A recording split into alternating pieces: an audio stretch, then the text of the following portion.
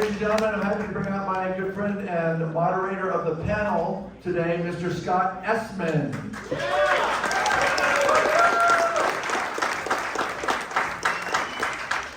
How's everyone doing? You guys excited? It's Monsterpaloooza Saturday. It's 3 o'clock. We're in prime time. All right, and you're going to say it with me. Texas Chainsaw Massacre 2. Ready? Texas Chainsaw Massacre 2. All right. We've got a lot of exciting things happening, and I hope you enjoyed the panel. It's going to go fast. It's only an hour. But this movie was seminal in that it was a sequel to Texas Chainsaw Massacre, which is 1974. Now, I put this out to you. Leatherface is the first slasher character.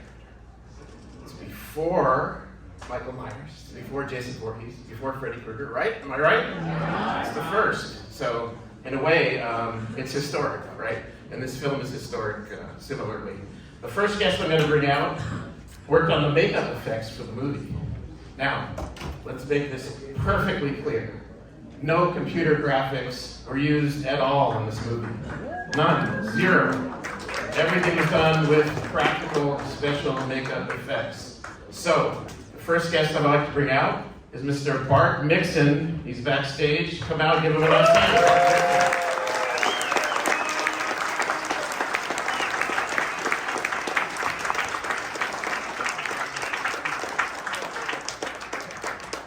He's going all the way down. No problem. So, grab a mic, Bart, and let's be perfectly clear. All the makeup effects used on this film were done with foam latex appliances and materials such as that. Is that correct? Sure, yeah. I mean, it was 1986, so people were using gelatin for some stuff, but yeah, it was all foam latex and polyfoam, that kind of stuff. So. Did It you was feel? all, and Tom Savini, of course, he was my boss. He was the Tom Savini.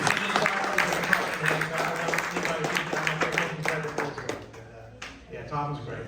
Tom Savini was credited as special makeup effects by. Yeah. Now, by the point of this movie, he had done a million things, right? Such as the first Friday the 13th film. Oh, sure. Creep Show was probably his biggest thing. But yeah, he had the Dawn of the Dead, no, he hadn't done Day of the Dead yet. Well, maybe he had. Actually, I think he had. Yeah. And Dawn of the Dead. Yeah, so he had a lot of success. He was the king of splatter, so he was the right man for the job. In addition to yourself, that movie was rife with legends in special makeup effects. Can you tell us some of these people and how relevant they are to the industry, along with yourself, Sure. in the world of practical effects? Oh, I'll try. Yeah, he had a great, I guess I was saying you're only as good as your crew, so he had a great crew. He had Mitch Devane, he did the Leatherface mask and the nubbins, I guess they're calling him now, dummy. But Mitch is I guess he's retired, but he was probably the best sculptor in the business. He worked for Rick Baker and Greg Canham and all these guys. He does amazing old age makeups and things like that. Sean McEnroe did the Chop Top makeup. He was from Rick Baker's crew, like from American Werewolf in London and Greystoke and those sort of things. You had John Bulich did the Grandpa, and he went on to do, Optic Nerve and Babylon 5 and Buffy. And then Gino Crognoli did the, I keep forgetting the guy's name, the guy that gets skinned, not Stretch, but whatever the, LG, there you go. Anyway, all of his prosthetics, which took him weeks to sculpt all that stuff, but Gino was in charge of that.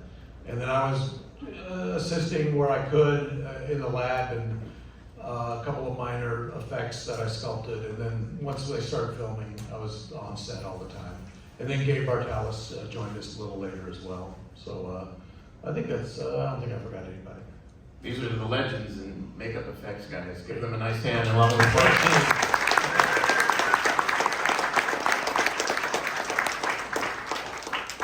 The movie starts with these two yuppies, and they're driving in a Mercedes and being very obnoxious, shooting signs and things, right? And then the chainsaw character catches up with them in a pickup truck going backwards. Does everyone know the scene? At a certain point, the chainsaw comes into the car, and then you cut to the driver, the yuppie driver, his head sliced off this way. That's a brilliant makeup effect. Can you tell us how that was done and what materials you used, and how it was actuated on set, please. Well, no pun intended, but it was done in cuts. So we did have, I think Sean McEnroe and John Gulich were the main guys behind that, but there was a prosthetic headpiece that had a bladder underneath it that would inflate, that would lift the cut. It was pre-cut, so it would lift that off. We also made foam latex dummy heads that had a plaster skull inside of them full of brains. So I know anytime we hit a head with a chainsaw, we had one of those. So I assume we had one in that sequence as well. But then we had a hand puppet head that, for when the blood spurted and whatnot afterwards. Oh, and I think that you see from behind the car in the back seat. You look at the head and it's all wobbly and blood spurting out.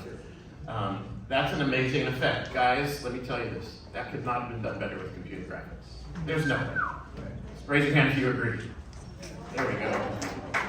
And I like computer graphics, and I teach people about computer graphics.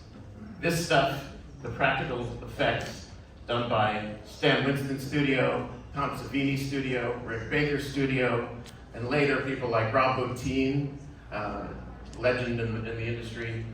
They did effects that there's no way, shape, and form could have been done better with computer. I agree with that. I know you're a makeup guy. You agree with that? Yes, I like, again, particularly like you say, Bottin. After Chainsaw, I went on and worked on RoboCop, the good one. And so that was all Rob Bottin stuff. So yeah, it was some amazing work on that show as well. So, Move the chair for the clip. Yes, okay. I'd like to run the first clip from the show. If we can cue up clip 1. The 2 players from that scene. Vanita Stretch Rock is Caroline Williams. Please come on. Big hands, big hands.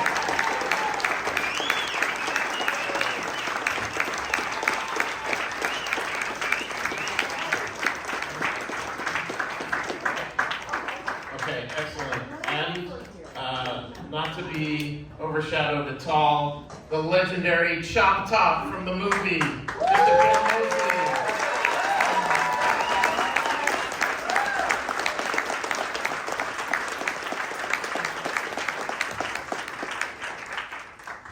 All right. These two are legends, and I'm so glad they're here. Do you have a microphone, sir? Yes, right next to you. Do I? Yes. And I'd like to start off by saying, hello. Toby Hooper. Give that guy a hand. Toby Hooper.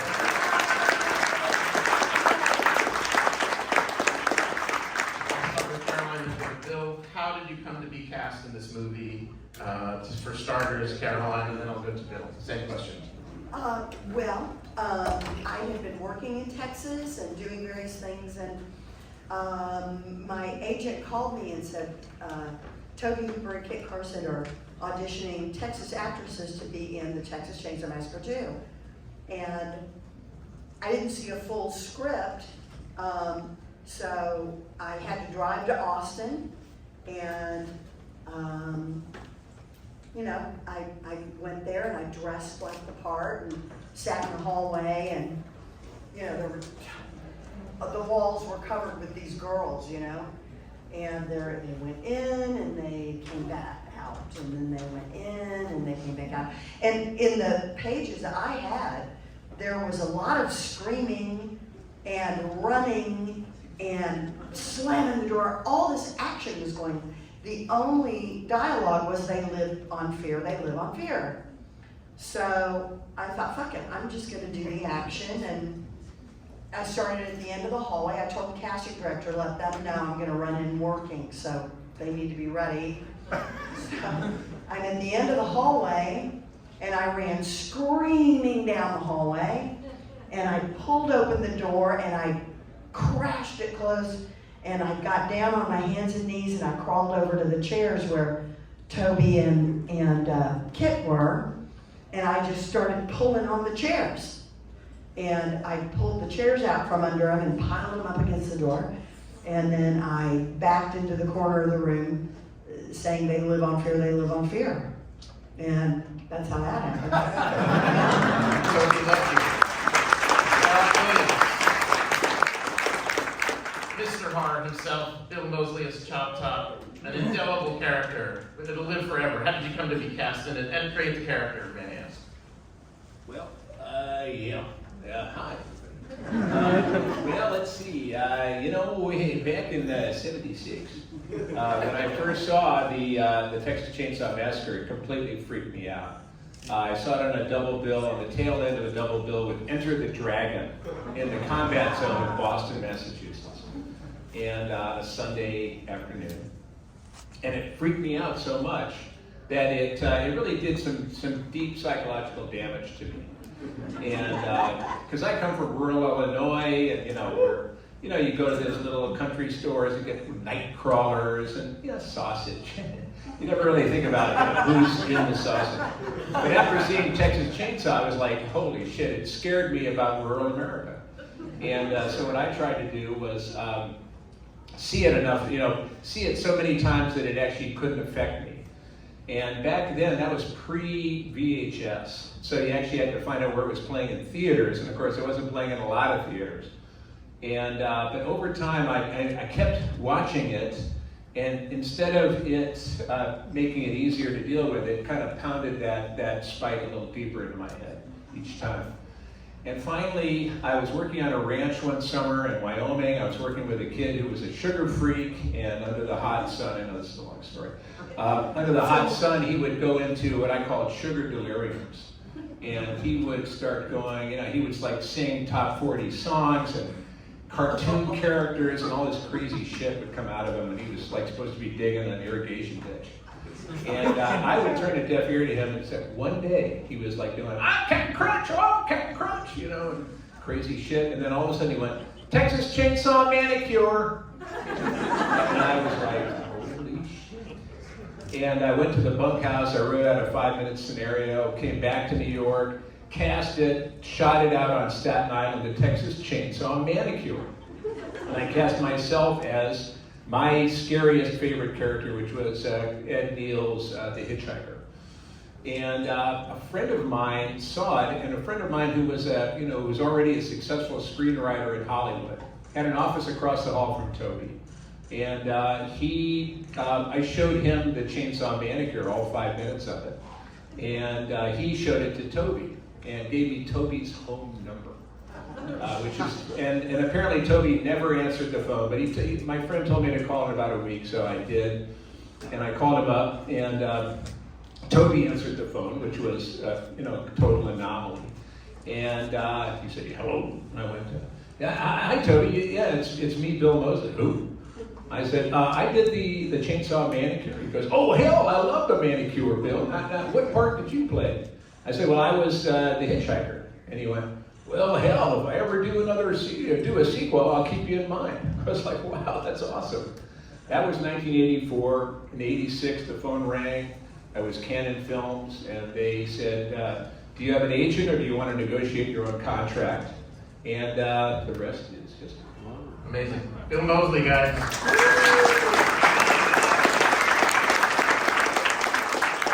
So make your own movie. You want to get it? Make your own movie. Toby Hooper, legend, right? The late great Toby Hooper. Let me tell you guys something. By the time of this movie that we're talking about, he had directed the original Texas Chainsaw, right? But also The Funhouse, Poltergeist. Yeah. Yes, he directed fucking Poltergeist. Fuck yeah. And if you want to fight about it, you have to go through me. And you don't want to. And a science fiction film called Life Force. Fuck yeah. And then we go to this film. Can we show the next clip, please? This is Toby on set with Bill and Carol. Everyone, the greatest contribution by a director in cinema history was putting Caroline Williams in short pants in that movie. Oh yeah. Raise your hand if you agree. I see women and men agree. I agree. Please tell me, what was it like working with Toby to get what you wanted on screen? And I'll ask that of you guys too, both of you. Go ahead, Caroline. At the time, he was editing Invaders from Mars, so everybody, I can't stress enough how Canon had us really under the gun. They gave us this horrible production manager who really was doing that all the time. And, you know, he was pressed, but when you hear the way he directs, it's very simple. More of this, less. Make the ugly face. Cry. You know, everything was very simple. It's right up front. He wasn't a Hollywood director that would walk you off the set and be very delicate. You know, things like that. It wasn't like that at all. And we knew that we had to get this work done. The last 2 weeks, we were virtually around the clock. We did not get breaks. And, you know, A and B units, we just did the fucking job, and we wrapped on July 4th. And I think everybody was just a zombie by then. But, you know, he was a very visual director. His visuals were very distinctive, I believe. And, you know, he built the house I live in, so I miss him. I do. Thank you very much.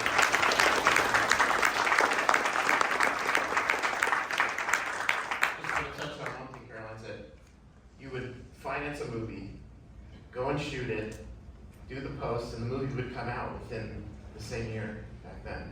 Good luck doing that now, right? Now there's Like teams of in people, 2 months. committees, and so forth. Yeah, it came out in August. August 29th, and we wrapped on July 4th. Okay, so. He had what I call them the bunkers. He had these trailers that the editors were working in, and the editors were working in shifts 24/7. And they were just assembling, assemble. All the refinements happened later, but yeah. And in '86, guys, there's no digital video editing. They had a system called Edit Droid, but it was an organizational system. It wasn't an editing system. Editing came in the '90s, so they're cutting on film and releasing the movie within 2 months of you guys wrapping. That's amazing. And it got an X rating. It was released without a rating. Right. And then shortly after, you know, with Canon pumping them, they gave us an X because of the scene with the saw up my leg. And now I do, you know, photo ops with people sitting between my legs. That's the second Gates Fringe contribution to cinema. Okay. Bill Moseley, please, working with Chloe. I'll give you an example. We were doing the radio station scene, and I am attacking LG, the late great Lou Perryman, and I'm banging on him with a claw hammer. Tom Savini is right off camera, and he's pumping blood, which is going through a tube up LG's back, right to the edge of his hair, and it's spraying on his face. And I'm banging away, saying, you know, incoming mail, and just banging on him. And we had done about 12 takes of that. We were in a very close set. It was, of course, back then it was film, so it was hot lights. Everything was very close, and the atmosphere was very thick. And we had done 12 takes of this. Now, granted, a couple of the takes we had used some wonderfully produced claw hammers, which were actually foam rubber. And they had a little coat hanger wire in them just to kind of give it a little bit of body. But I was going, you know, so crazy that a couple of the takes, you know, was cut, and Bill, your hammer, and I'd look, and the hammer was completely bowed over. So, okay, but we got to take 12. I thought we'd done some good stuff. And Toby goes, yeah, that was really good. Let's just do one more. And I was getting a little kind of you know, like, and I said, Toby, am I doing something wrong? And he goes, oh, hell no, Bill, I'm just having fun watching you. And that is the greatest compliment I have gotten in my career. That moment was like, fuck yeah.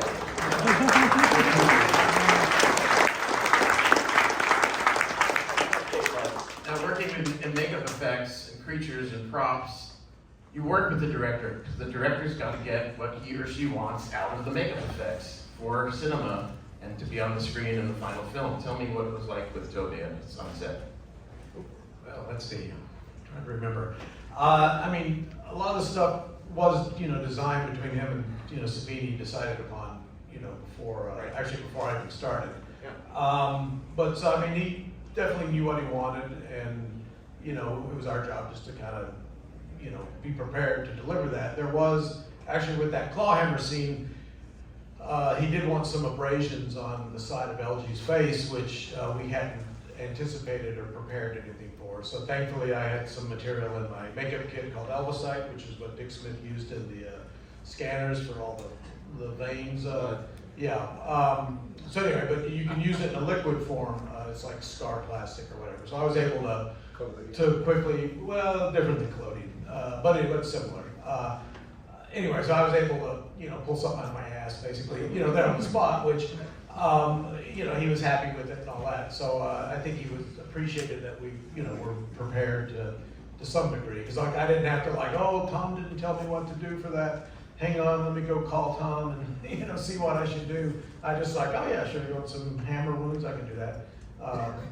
So yeah, but at least, yeah, so he, but I think for the most part, we anticipated and prepped, most everything that he needed. He did add I think at the end when Leatherface gets the chainsaw in his stomach, that was kind of a last minute addition, but I believe Sean McEnroe sculpted that piece. But that was something that, because we had a lab there in Texas, we were able to generate something like that virtually overnight, Put it out. Excellent. Bart Mixon, guys. Oh. We are going to roll. Clip number 3, and then a very special guest coming up.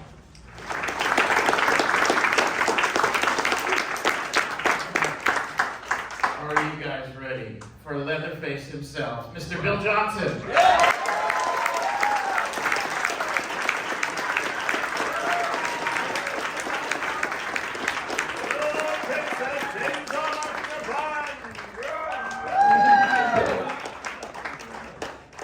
Hi over there. Hello, over there. Over there. Bill, That's the hot. how did you come to be cast in the movie, and what did you do to create the character for us that we all know and love?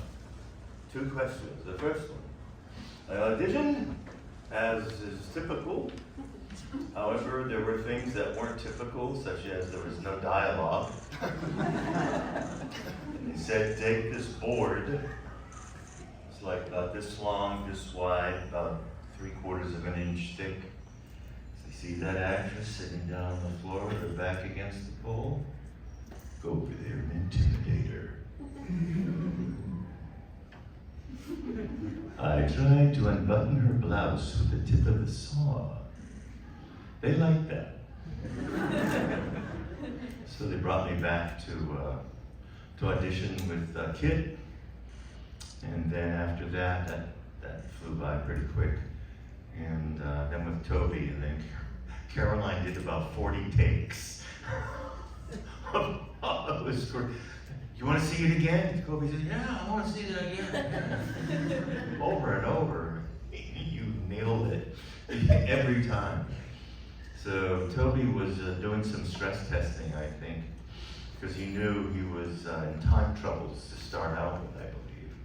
I mean, the clock was ticking on that film being on the screen at a certain time, or horrible penalties were going to ensue. How I created the character, a lot of it was from the first film.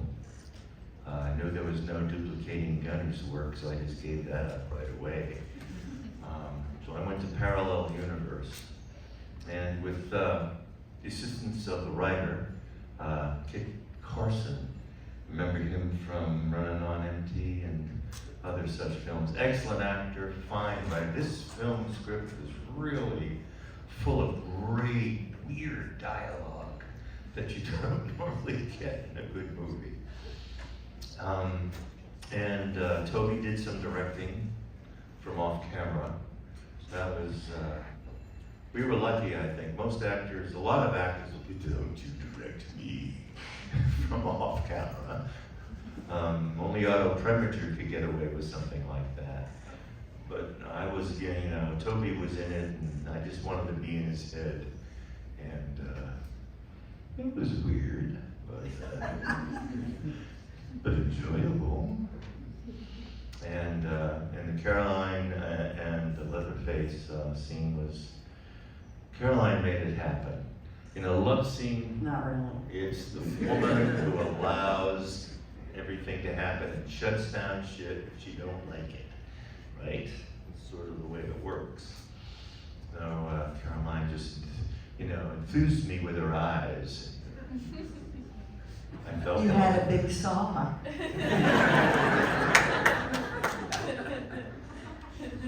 Thank you, Caroline.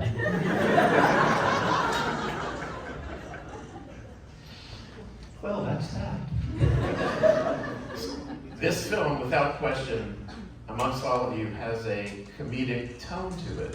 Does anyone remember the poster? They're all like posing like rock stars, and Bill's going like this, like yeah. It had a very comedic edge to it, which is of course a departure from most slashers. And you guys talk about. I am not on that fucking poster. Not. It's just You're on the lunch club poster. And the lunch cup poster does not exist. It's just the horror characters on the poster, Chop Top and Leatherface and Grandpa and so forth. And Can you talk about the comedic tone you guys were doing? Try doing that if you think it's easy, right? Mixing genres. So it's definitely horror, but it's also comedy. First of all, what freaked me out from the get-go was when Toby, I was talking to Toby, and Toby allowed us how he considered the first Texas Chainsaw a comedy. And I was thinking, wait a minute. There's nothing funny about this. No, there isn't. It's very, very serious. Yeah, Very serious. but he thought it was a comedy. So we take it from here. The thing is that I don't think any of us we didn't play it as a comedy, obviously. But it's very funny when you actually watch the movie. But it was not a comedy. We were doing bad things to good people. We're comedians. I think that the real comedy was carried, by Chop Top, but definitely by the late great Jim Seadow. He is so funny. Yeah. And Jim was one of those guys. He had a carpet cleaning business in Houston. This was kind of his, kind of weekend fun was playing the cook. And Jim really had all kinds of dirty jokes. He really had a very dirty mind and was a fun-loving guy, but he had a lot of dirty jokes.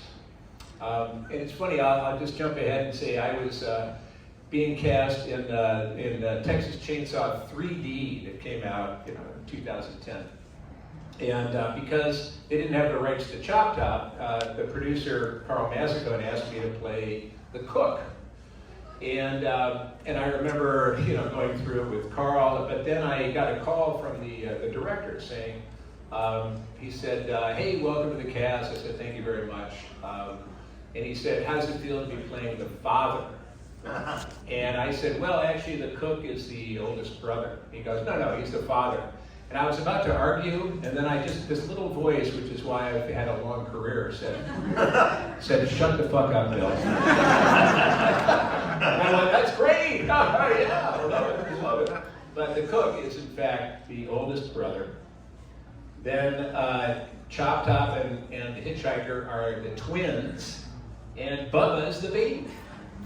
So for any of you, and there are no parents, there's only grandma and grandpa. So that's, just to set any... They ate them. Yeah, that's right. We ate our parents. Anyway, I don't know. Caroline, what about that? I mean, you're terrified through the whole film, but there's believably a comedic tone going on below the surface. Definitely with Jim, definitely with Bill, and other characters. Can you talk about that, please? I think the best example of how the comedy seamlessly kind of segues into being scary is the tour of the office. Because, she's picking up all these weird objects and it's funny and silly and stiff and stuff. And then she says, and there's the exit sign. And then Bill, who's been kind of laughing and goofy and weird, takes that turn, that menacing turn. And he doesn't even say very much. E-X-I-T, exit. And then he takes the coat hanger and drags it across the glass. And it's the setup to meet Leatherface, kind of. So I just feel like Toby knew how to take those shifts in tone and and make them work. And we had to make those work, you know. I'm more of a setup girl in the movie.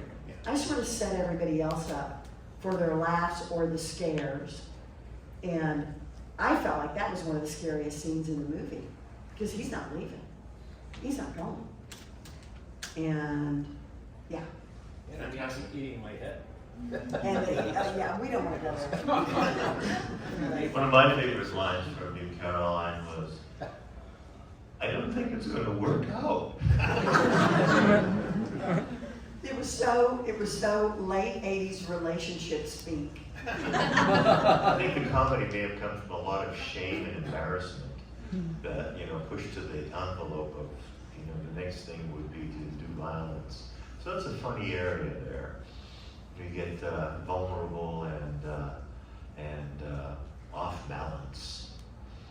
To Bill's point about Bubba being the baby, did you play him as a baby? I was the belittled brother, yes. And I was the big boy who had to do all the stuff to carry the pain for the family and carry their anger and get it out there and get some victuals for chili fixings. We have another clip to show, clip 4, please. Jim was so, we were all very tired. We had worked literally around the clock. And Jim was so tired in that scene.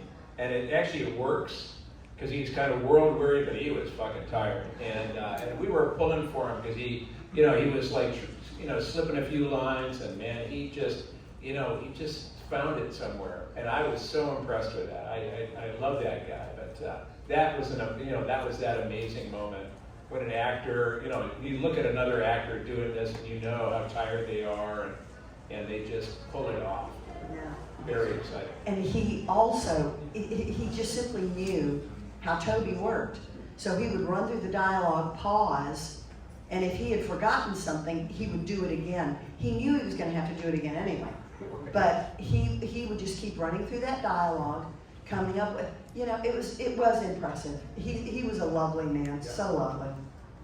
That long speech of his about power head hammers and oh, then came the shame. Yeah.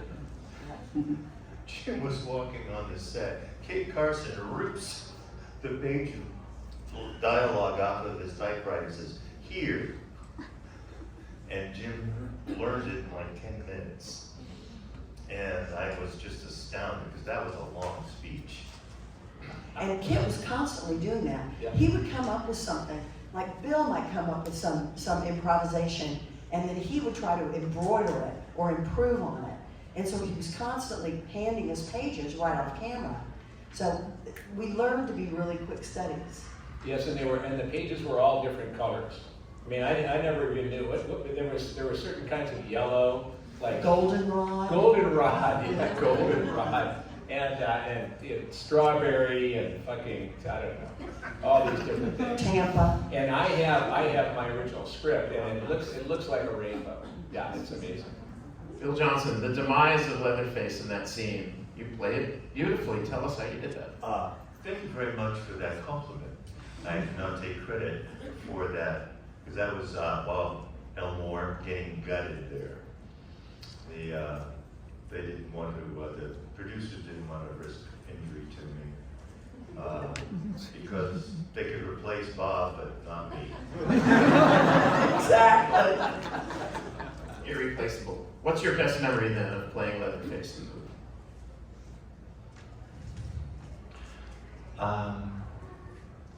I think the proposal scene in the ice tub house was pretty nice. I wanted to get hooked up and hitched, and I wasn't exactly sure how to do it, but I tried stuff, and fortunately the girl was all about it. That's right. Very nice. Best memory from the film? You know, playing with these guys, and we're still friends. And I mean, it was play. It wasn't work, it was play. And I just felt like a child, you know, growing up in Mississippi, running through the woods, making shit up, and having a great time. It was just, it's impossible to have a single memory. Mr. Moseley. There was a day on the set. I was, in full job top, and there was a very nice looking woman with her little boy on the set, visiting the set, and the little boy saw me and hid behind his mother, and she and I, as I walked closer, I heard her say, "Oh, don't worry, honey, it's just an actor in makeup." And I remember leaning down to the little boy and said, "Don't believe it."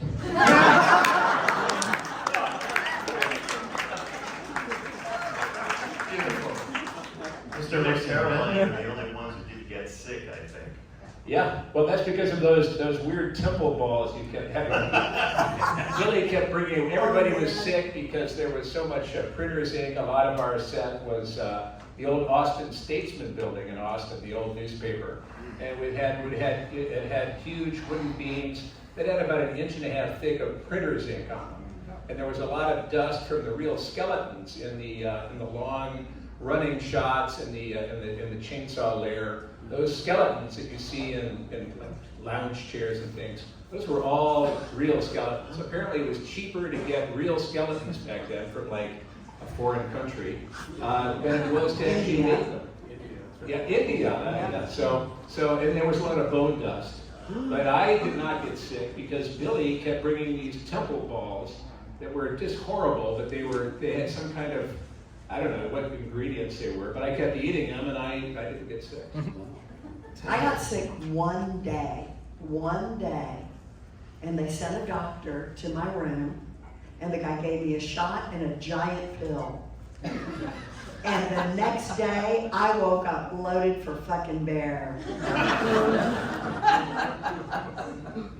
Best memory, Mr. Mixon. Oh, gee, I don't know if I can pick just one. It was obviously being on Savini's crew at that point in my career was just great, and getting to meet and work with him and all the other guys, Mitch and Sean and everybody. But I do have a fond memory. We would make Bill up in our lab in the driving set, the House of Pain, right?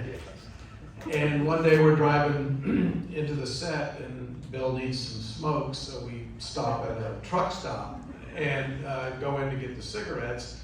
And the guy behind the counter wouldn't make eye contact with me. He thought it was real, and he's just, like looking down and like handing me stuff and everything else, and it's like, really? It's like, here's a guy with a big hole in his head with this mouth really showing. So I was like, oh, I guess the makeup works. That and one other quick one, my favorite memory of Caroline is we're on set exhausted one day. I'm sitting, I think, next to the still photographer. He's got a 35 camera. I've got Savini's Polaroid camera. And she comes walking up to us and she goes, "You got film in those cameras?" And we're like, "Yeah." And then she turned around and mooned us and then walked away. And we were both so exhausted that we didn't have the presence of mind to start taking pictures. I don't even remember that. So thank you for that. It was after the big film. Why didn't you call me to come down that day? If I'd only known. If you'd only known. Everyone, I'm going to invite all the members of the panel to come downstage center. You can drop your mics on your chair as I introduce you. Please give them a huge hand, Miss Caroline Williams.